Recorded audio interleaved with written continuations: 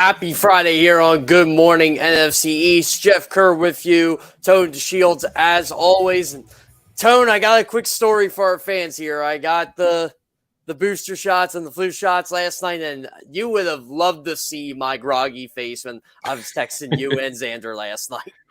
Yeah, man, you texted us last night. I got a little nervous, Jeff. I thought you were going to tap out on us, man. Yeah, I battled it. I was like, you know what? Maybe it'll be the Tone DeShields show on Friday, but hey, listen, man, the show wouldn't be the same without you. No way. No how. It would not. Let's just put it this way. I was definitely that game time decision. Went out, drank the OJ, basically threw the football and said, gave thumbs up to coach. I'm good to go. Yeah, for sure, man. But we have a full slate of football games this weekend. This is a really big weekend for a lot of teams. And, it's a really big weekend for the Philadelphia Eagles because they're going up against a team that's, in my opinion, perfectly designed to knock them off their high horse. They do everything well that the Philadelphia Eagles struggle in. The Tennessee Titans, they run the ball extremely well. But the Philadelphia Eagles, they still are trying to find their footing when it comes to stopping the run. So this game between the Tennessee Titans and the Eagles has a plethora of storylines. The Tennessee Titans, there's a chance they're going to be without one of their top offensive linemen, one of their top D tackles. There's a chance they're going to be without those guys. But also the Philadelphia Eagles, they're missing Chauncey Gardner-Johnson, Jordan Davis. His 21-day practice window has been activated, and there's a chance he can play this Sunday. And then you have the AJ Brown effect. Is there a revenge game brewing for AJ Brown? So again, so many aspects of this weekend matchup to touch on. But let's start with the most obvious, right? AJ Brown, Tennessee Titans. We all know how it went down. He didn't like the offer they gave him. He wanted out. He got his money from Philadelphia. The Eagles are now 10-1. He should be happy, right? And that's what he says. So what do you think this matchup is going to mean? What do you think this matchup is going to do for AJ Brown? Can it help AJ Brown get back on track? He's had a lull for these past 3 weeks, or is this a game that his emotions can get the better of him? What do you think, Jeff? Even if his emotions are high, I still think he's going to ball out on Sunday, just because I just feel like anything AJ Brown has struggled with over the past 2 weeks. You know what? You know how it feels like when you play the team that not necessarily they dumped him, but they definitely didn't value him. I always tell people, know what you're worth. I tell people every day, know what you're worth and don't take anything less. And AJ Brown did that, and it was a business decision for him and for the Titans. And Titans fans can get on them all they want. What they really should be mad at is John Robinson and that front office for basically drafting a receiver, a generational receiver, as part of a class that had Deebo Samuel, had Justin Jefferson wasn't in that class. Terry McLaurin. Yeah, Terry McLaurin, exactly. Like, they had those types of players. I can't think of any more on the top of my head. I know I will at some point, but those guys got paid with their team. AJ Brown did not. And that's a problem for me. You got to keep your homegrown talent, especially when they're not at quarterback. And the Titans do not believe in paying wide receivers. And as good as wait, really quickly. Sorry, Jeff. Yeah. It's funny. It's almost like we're living in the Twilight Zone in Tennessee. The new NFL, the wide receiver position has become the new running back position. Yep. Meaning that all the money now, this is a pass-happy league now. So all the money now is being catered towards your pass attack. These days you need to have damn near two number ones on your team. So for the Titans, they have Derrick Henry, and that's their play style. They lean heavily on their run game, but we've seen this team sputter out in the playoffs. We've seen how far that can take them. We've seen their limitations in the playoffs, no matter how good of a record they've had in seasons past, right? So I'm trying to think. You don't believe in paying wide receivers, but we're in a passing league. I'm trying to understand I'm trying to understand the causation or the correlation. What's frustrating with that whole thing, right? They're a Super Bowl contender.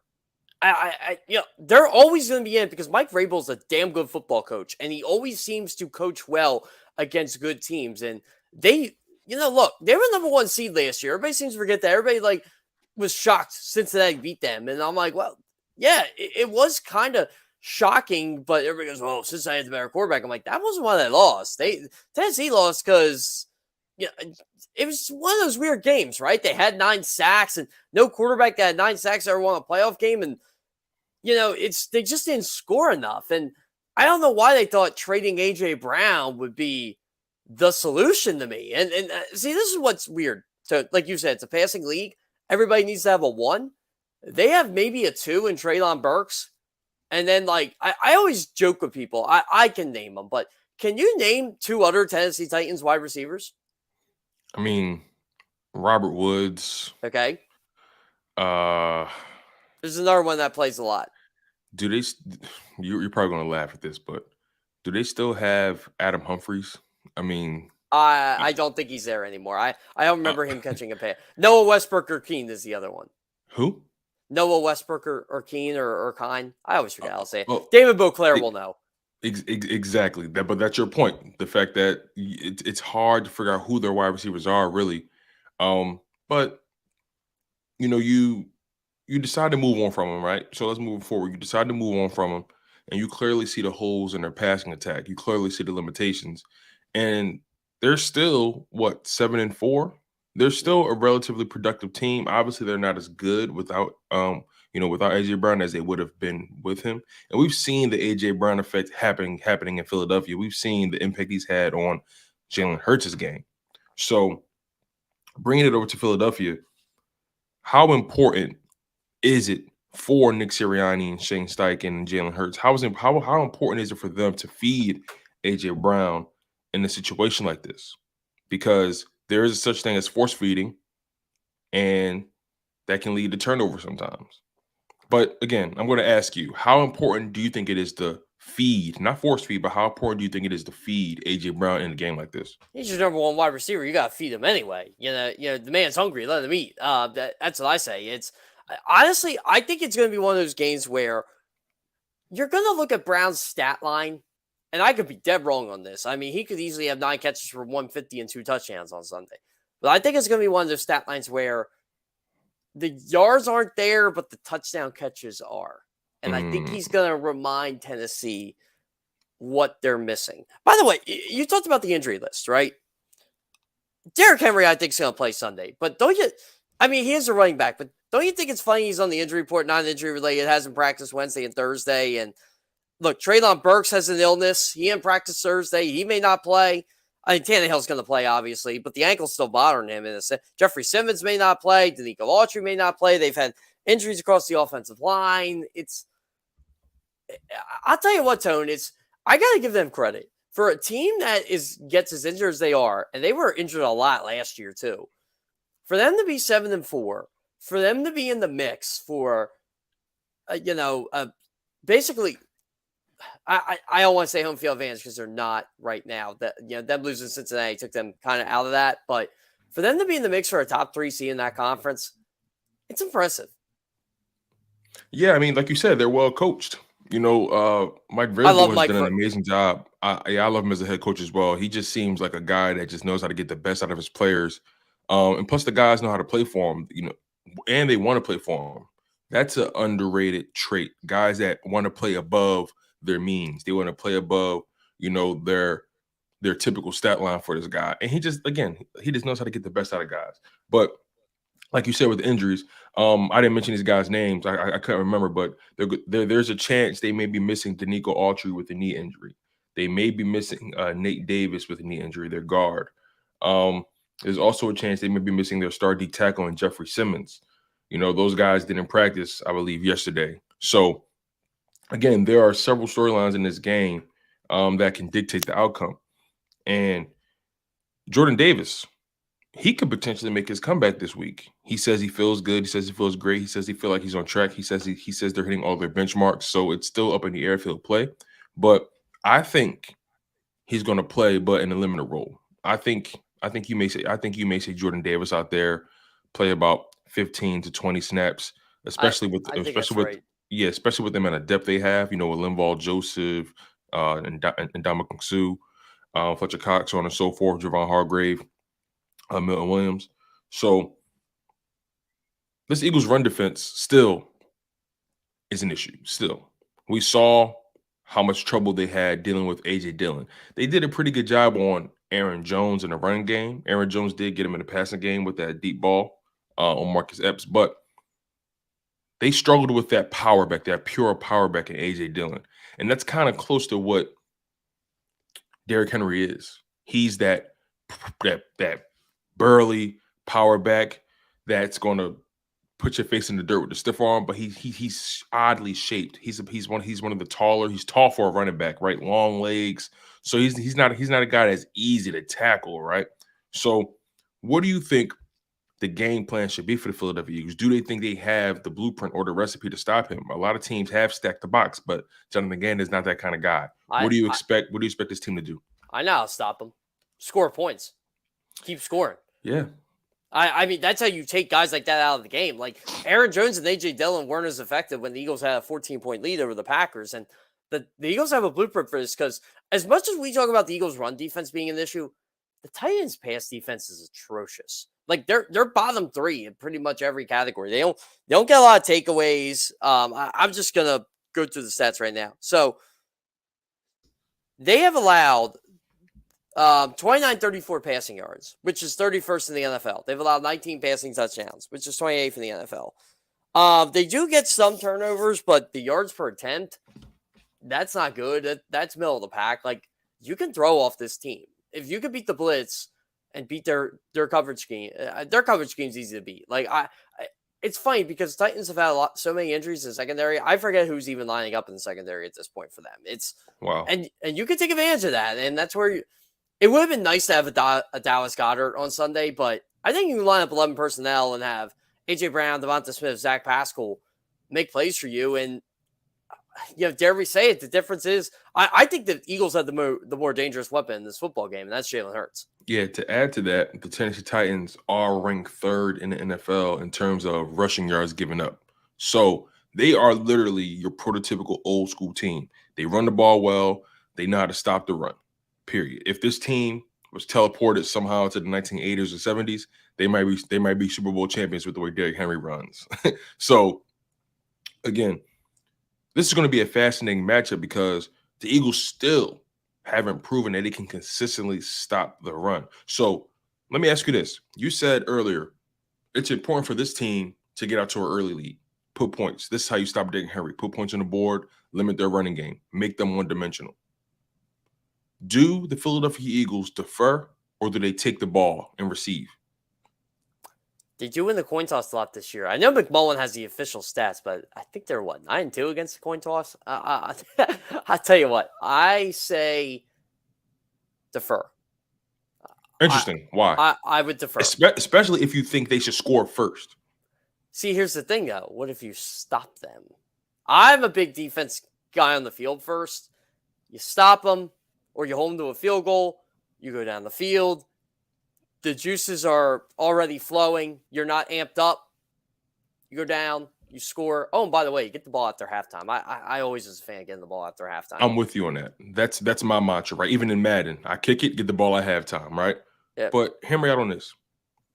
The Philadelphia Eagles, if I'm not mistaken, and correct me on this, it seems as though these past few weeks, since the Houston Texans game, they've allowed each and every team they've played to score a touchdown on their first drive. I believe Houston had the ball first. Yeah, Houston had the ball first. Houston had the ball first. They still went down and scored a touchdown. Washington had the ball first. They turned the ball over. Eagles scored immediately, but then they scored a touchdown right away. Then the Colts scored a touchdown on their first drive. Then they didn't do anything. They didn't do anything. They didn't do anything. That is true. Green Bay, when they got the ball. No, they turned it over. So they got 2 turnovers in the last 3 games. On the first right. drive. 2 turnovers on the opponent's first drive, but the follow-up drive, for the most part, they scored or they managed to get back into the game somehow. So I guess from my logic, put pressure on the opposite team early, especially if you know they're limited, right? You're good enough to go into halftime without getting the ball first and still putting up points. We've seen that. So, and also that team isn't allowed to set the tone with their running game. So what's your thoughts on it, when I add in all those details, all those nuances? Well, I think they're going to try to set him the running game anyway. It's if Derrick Henry's got to get 40 carries on Sunday, he's going to get 40 carries. I'll tell you what, too. You better watch out for Dontrell Hilliard. They like to use him in the passing game a lot, too. It is a very old school offense. Like, you have Derrick Henry, and again, he's not the greatest pass catcher in the world, although he did have, a 65-yard catch last week. I know we fumbled at the end of it, and Treylon Burks recovered it in the end zone for a touchdown, but that's something you got to watch out, too. The screen game and how they utilize that. I do think Treylon Burks is coming into his own. I do think he's a guy you have to watch. In a way, he's like Christian Watson, right? He's a late bloomer, but I think the last 2 weeks he had 100 yards last week. So he's coming along. I think it was 100 yards. I got to look this up quick. Treylon Burks. Yeah, Treylon's dealing with an illness right now. So his If play he status plays. is up in the air. So that's if he plays. But yeah, man. The Philadelphia Eagles, they've struggled to stop the run throughout the season. And four catches for 70 yards last week. He had 111 against Green Bay. Still a pretty fair game. Still a solid game. Still a productive game. Speaking of wide receivers, as a matter of fact, Devontae Smith. I feel that Devontae has been. I'm trying to find the right word and a word that doesn't necessarily make it his fault. It seems like he's been an afterthought at times. And I understand that the targets are there, but it just seems like the way they use him, the route tree they have him running, it seems very limited. So I'm curious to know, what do you think Devontae Smith's role is going to be in this offense, especially if the Tennessee Titans are going to try to key in on A.J. Brown? I think the passing game is going to be the big deal for the Philadelphia Eagles, but missing Dallas Goedert, how can Devontae Smith step up? What can this coaching staff do to get Devontae in more explosive situations? I'm glad you brought this up. I think Sunday could be the day Devontae Smith has a big game, just because I think Tennessee is going to worry about trying to stop A.J. Brown with no Dallas Goedert. And I think this is where Devontae's really going to move the ball between the 20s. I think this could be a high volume catch day for Devontae Smith because he does get his targets. But you're right. They use him as the number 2 when look, you and I both know he's the number 1 wide receiver. This is what I try to tell people all the time, but this is the benefits, right? This is the benefits of having an A.J. Brown. You got to give stuff up. Like, I still tell people to this day, I think Brandon Ayuk is the number 1 wide receiver in an offense, if you want to use him that way. But when you have Deebo Samuel, when you have George Kittle, you're going to get some good days out of Brandon Ayuk and some bad, but there's one ball. And I think that's the way it is for Devonta Smith. And look, I think Devonta is having a good second year. I think everybody thought he was going to have 1,000-yard season and do this and do that. And I still think he's running crisp routes here. I still think he's getting open. It's just the Eagles' offense is so multidimensional and so multifaceted. Not everybody's going to put up the numbers they're going to put up. And look, the last couple games, I got his game numbers up here. 6 for 39, 8 targets, 6 for 78, 9 targets, 4 for 59 targets. Like, the targets are there. I think he connects on them on Sunday. I think he gets his 8 to 9 targets, and I think he takes full advantage of it against a bad pass defense. I think he's going to get a lot of yak after he makes a reception. It just reminds me of a game where Devonta Smith can really put a stamp on this offense and remind these opposing defenses, oh, wait, that's right. We got to cover him too. Hey, man, it's going to be a really exciting matchup. Behind the scenes, we have our guy, David Beauclair, coming in from All Titans, Fan Nation, and SI.com. He's the lead publisher over there. So we're really excited to have him on. We're really excited to get his perspective on the Tennessee Titans and essentially, take us behind enemy lines, right? Give us the full scope of what's going on in Tennessee, the injury updates, potential game plans of attack, so on and so forth. So it's going to be really fascinating to hear what David Beauclair has to say. Any final thoughts, Jeff, before we hit this break? And David Beauclair's been doing this a long, long time, Tone. I remember you were telling me. I'm telling you, man, I was reading his stuff when I was a kid. Like, I used to read all NFL, like, analysts and columns and all that stuff, man. I still remember that name popping up. It's crazy, man. Now I'm an adult and I'm interviewing David Beauclair, so this is going to be kind of cool. Hey, listen, man. I don't know how he feels about you aging him like that. Talking about when you're a kid. I don't Hey, know you how know he- what? That's legendary. That's legendary status. That's what I call it. Hey, man, legendary status for legendary guys. You guys are locked in on Good Morning NFC East. He's Jeff Kerr. I'm your guy, the super producer, Tone DeShields II. Keep it locked, you guys. You do not want to miss this. David Bouclair is up next.